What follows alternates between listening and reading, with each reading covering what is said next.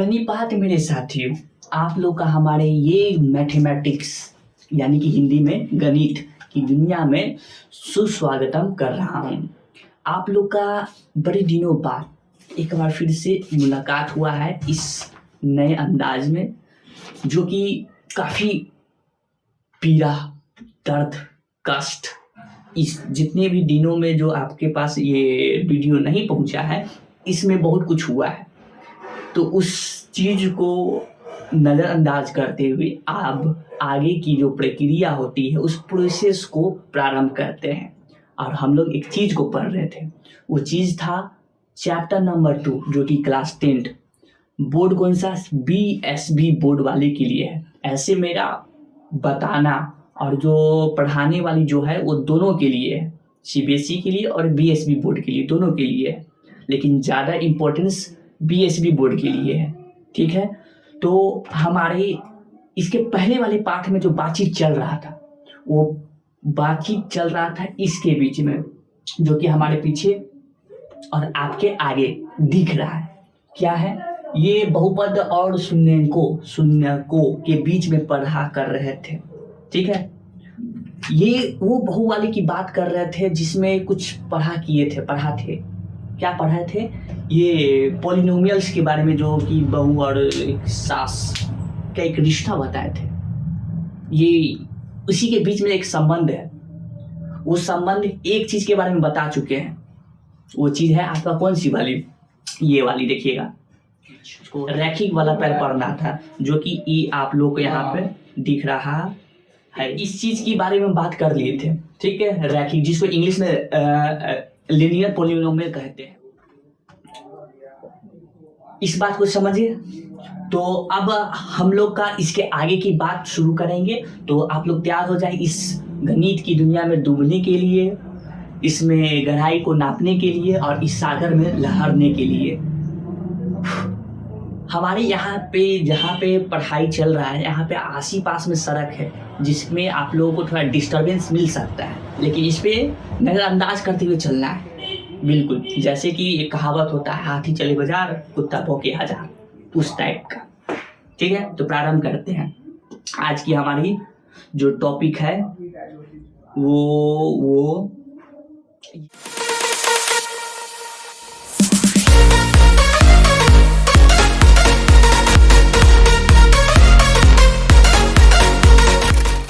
तो आप लोग को ये पीछे दिख रहा होगा कि आज ये स्टार्ट करना है। और ये देखिए, हम लोग का सबसे पहले बात करना था इस पे पहला था रैखिक के बारे में बात करना था, तो जिसके बारे में बात कर चुके हैं, रैखिक बहुपद। सेकंड में आप लोग का है, दूसरा में क्या है, द्विघात बहुपद, जिस पे आज की बात करना है। इसके बीच में किसके बीच में संबंध देखना है, तो दो चीज के बीच में संबंध देखना है। एक तो आपका शून्यक और दूसरा क्या चीज, पद। ये दो चीज होंगे जिसके बीच में आप लोग को संबंध देखते हुए नजर आएगा। फॉर एग्जाम्पल, मतलब फॉर उदाहरण नहीं, एक मेरे पास बहुपद है, ये वाले देख सकते हैं। ये एक बहुपद है जिसको बोला जा रहा है px। ठीक है, px क्यों कहा जा रहा है, इसका यहाँ पर बात ध्यान देखिएगा, क्योंकि इसमें ये जो आ रहे हैं बहुपद, ये है हमारा 5x² माइनस का 32x प्लस का 12 इक्वल टू, इसके बीच में जितने भी चर है वो चर x है। ठीक, और ये सब बहुपद है। अब बहुपद का इंग्लिश होता है पोलिनोमियल। अब पोलिनोमियल का पहला लेटर यानी कि पहला अक्षर होता है p, जो कि इसको p और इसमें x सिर्फ आ रहा है, इसलिए x अंदर से इसको सूचित किया जा रहा है। तो इसको कुछ इस प्रकार सूचित किया गया है। अब करना यह है कि इसको अब गुणनखंड करना है। ठीक है, गुणनखंड अगर इसका निकाला जाए तो इसमें देखा जाता है कि इससे आपका जो ये चर है, इसकी सबसे ज्यादा घात आने वाला कौन है, तो सबसे ज्यादा घात आने वाला एक ये है, एक ये है, इससे भी ज्यादा ये वाला है। तो इसमें 2 है। तो इससे देखने पर पता ये चलता है कि इसमें जो शून्य के जो निकलेंगे ना वो आपके 2 गो निकलेंगे। क्यों? क्योंकि इसके घात का जो सबसे ज्यादा वाला जो होता है उतना ही आपका शून्य का निकलता है। ठीक है, बिल्कुल। अब यहाँ पर बात ये गौर करना है कि इसका शून्य निकाला कैसे जाता है, जो कि क्लास 8 में या फिर 9th में आप लोग पढ़े हुए होंगे। अगर पढ़े हैं तो अच्छी बात है, नहीं पढ़े हैं तो यहाँ पर देख लेना है और उसके बाद छाप देना है। ठीक है, देखिए तो यहाँ पर ये तो आपका शून्य किस में निकाला जाएगा, किससे? पद के बीच में। ये जो आ रहा है ये पद है आपका। ठीक है, हाँ, तो इसका शून्य के निकाले, बिल्कुल निकाले। तो इसका शून्य के निकालने के लिए सबसे पहले क्या किया जाता था कि ये जो ए है और ये सी, ये दो ए और सी को गुना किया जाता था, यानी कि 5 और 12 को गुना किया जाए। ठीक है, किधर गुना कर दे, इधर कर देते हैं। 12 को 5 से कितना हो जाएगा? 60 हो जाएगा। ठीक है, 12 पंचे 60। अब इस 60 का सेकेंड स्टेप में ये करना है कि 60 का ऐसा गुणनखंड निकालना है जिसको या तो जोड़ने पर या फिर घटाने पर आपका इतना आना चाहिए, 32, माइनस का 32 आना चाहिए। ठीक है, गुणनखंड निकालते हैं तो 60 का गुणनखंड निकालें 2 से 30, 2 से 15। अब देखिए अब करना क्या है कि इसको अब 3 के पहाड़ा से ये आपका ये कट रहा है कितना बार में? 5 बार में। फिर ये आपका फिर 5 से 1 बार में। ये जो आया है गुणनखंड करने पर इसका ऐसा जोड़ा बनाएंगे कि इसके बीच में जो ये जो 32 है ये 32 ही आना चाहिए। ठीक है, और गुना करने पर ये जो 60 था 60 ही आना चाहिए। तो ऐसा जोड़ा बनना चाहिए। तो जोड़ा कितना का बने? 5 या 15 का और 2 दूना 4। तो 15 और 4 अगर किया जाए, अगर जोड़ा जाए तो क्या है यहाँ पर 32 आएगा? नहीं आएगा। ठीक है, तो इसका मतलब ई जोड़ा ऐसे नहीं बनेगा, कुछ और लेना होगा। ठीक है, और लेते हैं तो एक 15 5 या 15 और फिर ये 15 दूना 30, एक 30 ले लिए और एक खाली 2 ले लिए। ये 2 जोड़ा लिए हैं। तो 30 और 2 अलग अलग जोड़ा है जिसको गुना करने पर प्लस जोड़ने पर भी, जोड़ने पर यहाँ पर आपका 32 आ रहा है।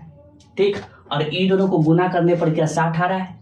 तो अगर ऐसा हो रहा है तो यानी कि जो जोड़ा लिए हैं वो सही है। ठीक, तो इन दोनों को जोड़ने पर 32 तो आएगा, लेकिन क्या चीज आएगा? प्लस का 32 आएगा। लेकिन चाहिए क्या चीज का? चाहिए माइनस का चाहिए। तो इसीलिए मेरे पास एक सिंबल का चिन्ह होता है जो कि क्लास 7 6 उससे पहले भी पढ़ा दिया जाता है। माइनस माइनस क्या होता है, प्लस प्लस क्या होता है। तो उसका इस्तेमाल हमारे इस क्लास 9th में इस्तेमाल करने का वक्त आ गया है। उस चीज का इस्तेमाल करते हैं। अगर दोनों तरफ माइनस माइनस लगा दिया जाए तो माइनस माइनस होता है क्या है? प्लस। प्लस का सिंबल नहीं लगाना है, सिंबल नहीं लगता है प्लस का। ये आपका दोनों जुड़ेगा, लेकिन सिंबल लगेगा वही जो इन दोनों में बड़ा होगा। बड़ा कौन है? 30। लेकिन अभी भी दिक्कत है। वो दिक्कत क्या है कि इसके साथ क्या है? x, और इसके साथ अभी x नहीं है। तो क्या करना होगा? तो इसके साथ भी x रखना होगा और इसके साथ भी x रखना होगा। तो x और x, तो इसके साथ भी क्या आएगा?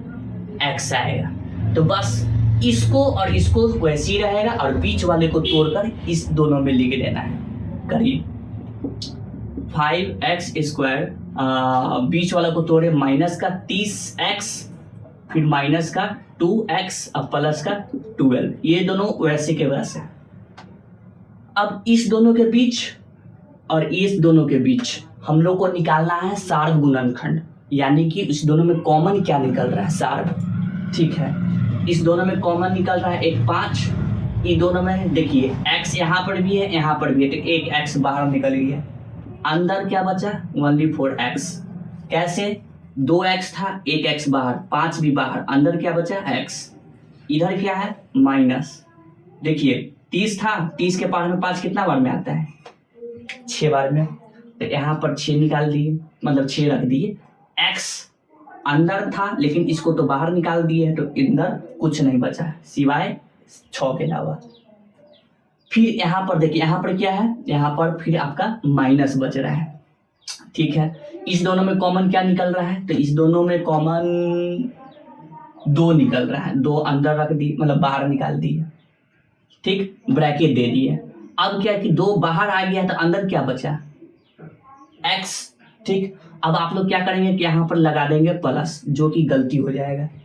नहीं, अगर ब्रैकेट ये जो कोष्ठ होता है, इस कोष्ठ के बाहर अगर माइनस होता है तो इसके अंदर वाला जो चिन्ह होता है वो बदल जाता है।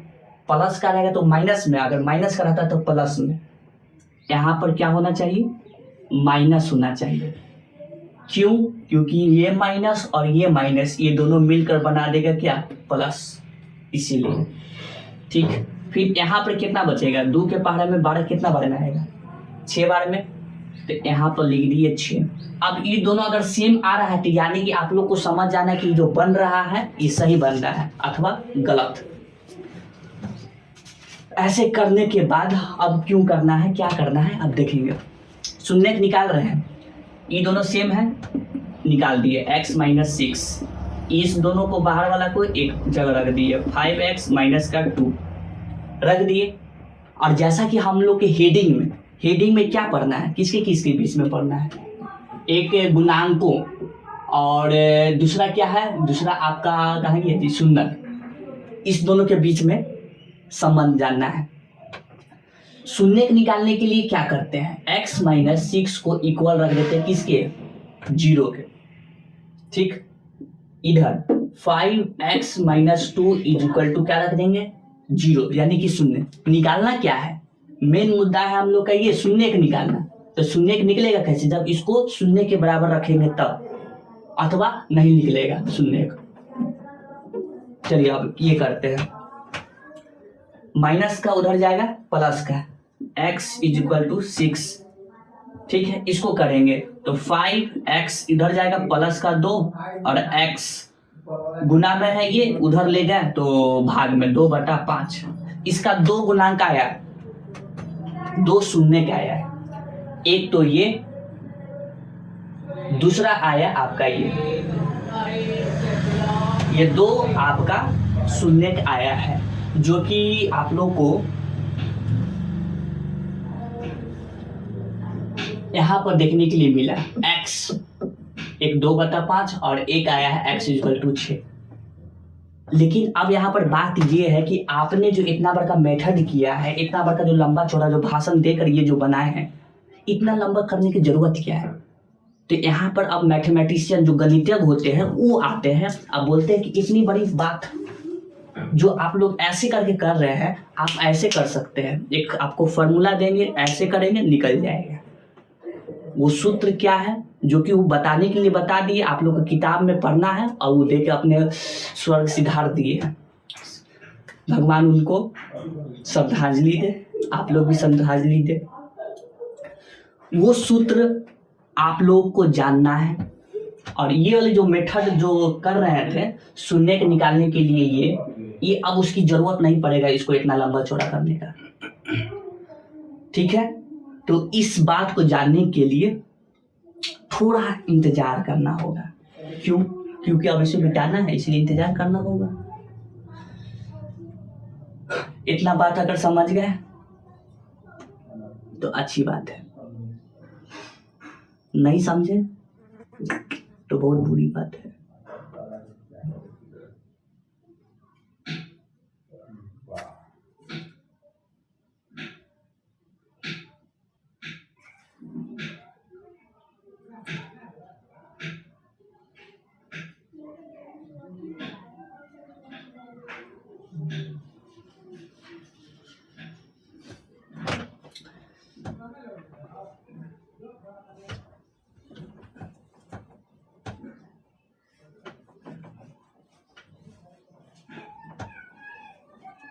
अब देखिए, हमारे जो गणितज्ञ जिनको मैथमेटिशियन कहते हैं, उन्होंने ये वाले सूत्र दे के गए हैं जो कि आप लोग को दिख रहा है 10th में, जो जानना भी पढ़ना भी है। शून्यकों का योग जो होता है, एक फॉर्मूला जो कि सूत्र दिया गया है, वो -b/a के इक्वल होता है। शून्य निकालने का डायरेक्ट फॉर्मूला है, जो कि इतनी बड़का जो राम कथा जो किए हैं उसको करने की जरूरत अब नहीं है। क्यों? क्योंकि आपके साथ अब सीधा सीधा एक शॉर्टकट रास्ता मिल गया, ठीक है। और आपका जो गुणनफल जो होता है वो आपका सी बाई ए होता है। ये वाली कैसे आया इसकी अब बात करना है, लेकिन इसके लिए पहले हम लोग को व्यापक रूप पता होना चाहिए। व्यापक रूप यानी कि उसका असल रूप में जो चेहरा होता है ये किस रूप में होता है, तो ये होता है ये इस रूप में ax² प्लस का bx प्लस का c इक्वल टू 0। ये हुआ इसका व्यापक रूप। इसी से इसको निकाला जाएगा, इसको सूचित ऐसे किया जाता है alpha plus beta equal to minus b by a, alpha into beta equal to c by a, ठीक है। तो इसको प्रूफ करते हैं, चलिए आइए।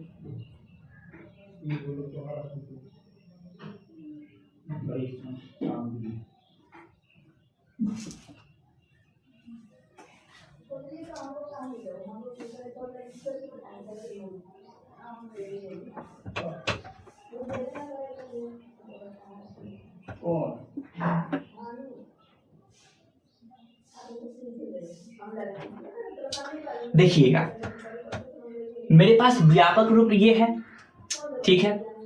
क्योंकि कोई हम लोग नंबर नहीं लेके चल रहे या फिर कोई बहुपद लेके नहीं चल रहे हैं जिसके जरिए हम लोग लेके आए, गुणांकों को लेके आए, ठीक है, और उसके बीच में संबंध देख सके। इसीलिए हम सब यहाँ पर एक व्यापक रूप ले रहे हैं, वो व्यापक रूप ये होगा, ठीक है। तो मैंने ऐसा सोचा कि मेरे पास ये व्यापक रूप है जिसका शून्यक कितना निकलेगा। पहली बात इसमें शून्यक कितना निकलेगा, तो इसको देखने के लिए हम लोग इसका घात देखेंगे। इसका सबसे ज्यादा घात कौन आया है, तो ये वाला आया है। तो इसका अगर 2 घात है तो जाहिर सी बात है इसके 2 शून्यक निकलेंगे, यानी कि 2 हल। एक इधर भी निकला, एक ये निकला, जैसा मिला, ठीक है। तो वैसे 2 हम लोग जो शून्यक निकल रहा है, एक को मान लेते हैं अल्फा, ठीक है, ऐसा माने हम लोग। और दूसरा जो कि हम लोग के पास जो निकल रहा है उसको मान लेते हैं क्या, बीटा, ठीक है। जो शून्यक निकल रहा है इस चीज को मान रहे हैं, इसको अल्फा, इसको बीटा मान रहे हैं, ठीक है। तो इस बात को ऐसे नहीं दिखाना है, लिख कर बताना है, जो कि यहाँ पर आपको बताया जा रहा है लिख कर, ठीक है। यहाँ पे देखिएगा लिखा हुआ है ये व्यापक रूप है जो कि a के बराबर शून्य नहीं होना चाहिए, लेकिन इसमें जो अल्फा जो बीटा है ये क्रमशः आपका एक शून्यक है जो कि ये ग्रीक अक्षर के है, ग्रीक अक्षर का है ये अल्फा बीटा, वहां से इसको लिया जाता है, ठीक है। हाँ ठीक है, इसको बात समझ गए। तो इसको मिटा रहे हैं,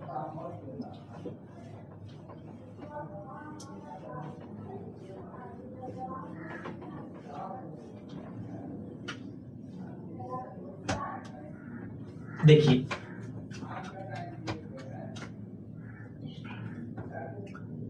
ax² प्लस का bx प्लस का c, इसको कितना का इक्वल रख दिए, इसको निकालना है शून्यक और गुणांकों के बीच में संबंध निकालना है, ठीक है। तो इसके गुणांक 2 आएंगे, एक अल्फा एक बीटा, तो उसको मान लेते हैं अल्फा इक्वल टू 0, दूसरा क्या माने, बीटा इक्वल टू 0, ठीक है। इतनी बात ठीक है। आप एक चीज देखें, पीछे देखेंगे,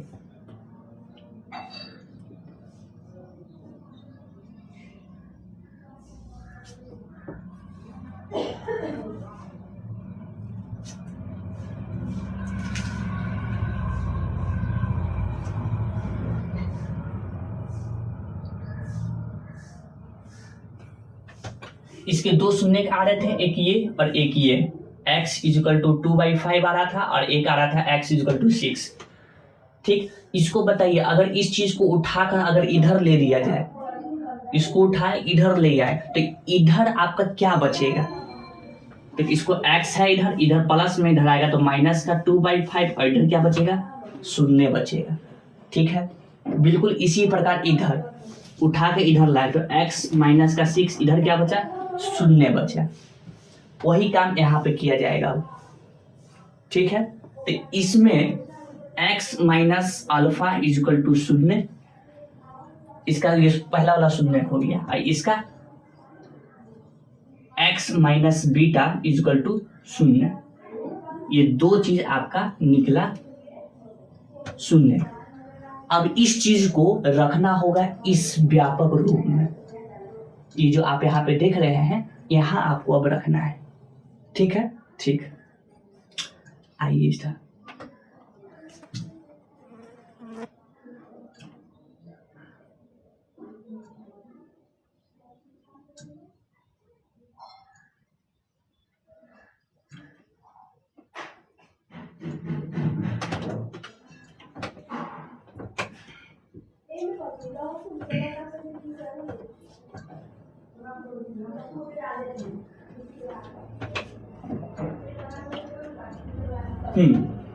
देखिए ये लिखे हैं। ठीक है, अब देखिए इसमें क्या है कि इसमें दो शून्य जो निकले उसको क्या माने थे, एक को x माइनस अल्फा, दूसरा क्या माने हैं x माइनस बीटा।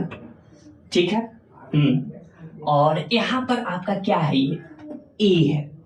ये a क्या है आप लोग का, तो ये a कभी कभी होता है कि अचर, जरूरी नहीं है कि इसके अंदर में जो अल्फा बीटा आ रहा है वो हमेशा यही अंदर ही हो, इसके बाहर भी कुछ निकल के आता है। अचर, अचर किसको बोल रहे हैं, यानी कांस्टेंट में कोई नंबर भी आ सकता है, 5, 10, 6 कुछ भी आ सकता है, तो उसको माने हुए कि वो आपका ए है। ठीक है, क्या माने हुए, वो ए है आपका। अब करना क्या है कि इस चीज को, इस दोनों को गुना करना है। ठीक है, तो ए को बाहर रख दिए और अंदर अब गुना कर रहे हैं x को इससे, x माइनस बीटा, पहले इससे करेंगे। ठीक, उसके बाद फिर किससे करेंगे, उसके बाद आपको ये माइनस को a को गुना करेंगे x माइनस बीटा से, अल्फा बीटा कभी गुना करने आता है x को x से x स्क्वायर माइनस b को बीटा से, तो बीटा x, इसको इससे तो माइनस अल्फा x। ठीक है, और इसको इससे तो माइनस माइनस प्लस, और इसको इससे तो अल्फा बीटा। ये आया, इतनी बात ठीक है, कोई दिक्कत नहीं। ए ऐसी रहा, ये ए और ये ए अलग है, इसको अल्फा ही अलग अलग तरीके से लिख देते हैं। ये अल्फा, ये अल्फा, ये अल्फा, नहीं तो फिर आप लोग कंफ्यूजन हो जाएंगे कि ये भी अल्फा है, ये भी अल्फा, ये भी अल्फा है। नहीं, ये ए आपका एक कांस्टेंट यानी कि जो अक्षर होता है उसको माने हुए हैं। ठीक है, अलग से, हाँ, और ये है अल्फा जो आपका एक शून्यक है, और बीटा भी क्या है, शून्यक है। आप कोई समस्या नहीं होना चाहिए। अब देखिए इस दोनों में कुछ कॉमन नजर आ रहा है। इस दोनों में क्या कॉमन नजर आ रहा है, एक्स स्क्वायर को रहने दिए, माइनस को बाहर निकाल दियो। माइनस को बाहर निकालने पर अंदर अंदर आपका बीटा। ठीक, ये माइनस वाला क्या चीज बदल जाएगा, प्लस अल्फा। इधर क्या होगा, ये इसको बाहर निकाल देते तो अंदर एक्स, इधर एक्स बाहर अंदर बीटा प्लस अल्फा, फिर प्लस में अल्फा, अल्फा इंटू बीटा। ठीक है, ये बात समझ गए। ये अगर बात यहां तक अगर समझ में आया तो अब करना क्या है कि इसको गुना करना है अंदर से। ठीक है, करें गुना, आप कीजिए।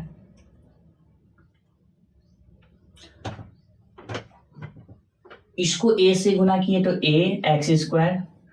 ठीक है, फिर इसको यहां से गुना करेंगे तो माइनस का, ये अल्फा को इधर ले आते हैं, प्लस बीटा इधर कर लेते हैं, इससे कोई दिक्कत नहीं होगा। फिर ये इसको a से गुना किए तो a, और इधर क्या है, x है, ये अल्फा नहीं है, this is not alpha. Plus इसको इससे गुना करेंगे तो a अल्फा इंटू बीटा। ये आपका एक चीज हुआ। ठीक है, निकालना क्या है, शून्य का निकालना है। ठीक है, शून्य का निकालना है तो निकालते हैं। इसकी तो कोई जरूरत नहीं है, शून्य निकालना है तो मुझे जरूरत पड़ेगा इसके और इसके बीच में। शून्य निकालने के लिए करते क्या है, उस समीकरण को हम लोग उसको शून्य के बराबर रख देते हैं। ठीक है, तो रखते हैं b की जगह पे ये है, b की जगह पे है ये माइनस का alpha plus beta A x, और c की जगह क्या है ये है, कॉमा c की जगह पे क्या है ए अल्फा बीटा। ठीक है, ठीक छू।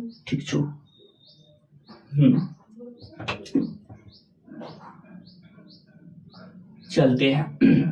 अब देखिए b को ऐसे रहने दिए। तो इससे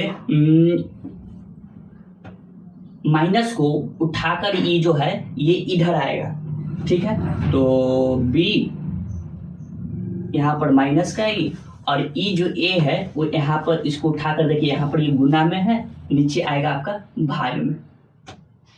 ठीक है, माइनस का b बाई ए, इधर क्या बचा अल्फा प्लस बीटा और इधर x में। इधर आइए, अब इस a को उठाए इधर लिया है तो इधर ये क्या चीज में है गुना में, इधर आएगा तो भाग में c by a equal to alpha into beta. ये दो आपका इंपॉर्टेंट गुणांक का संबंध निकल के आया, जो कि ये कुछ देखने के लिए मिलता है। ठीक है, कोई दिक्कत नहीं, कोई दिक्कत नहीं है। ठीक है, चलिए, तो ये आपका कुछ इस प्रकार से इस चीज को यहाँ पर सूचित किया जाता है। देखिए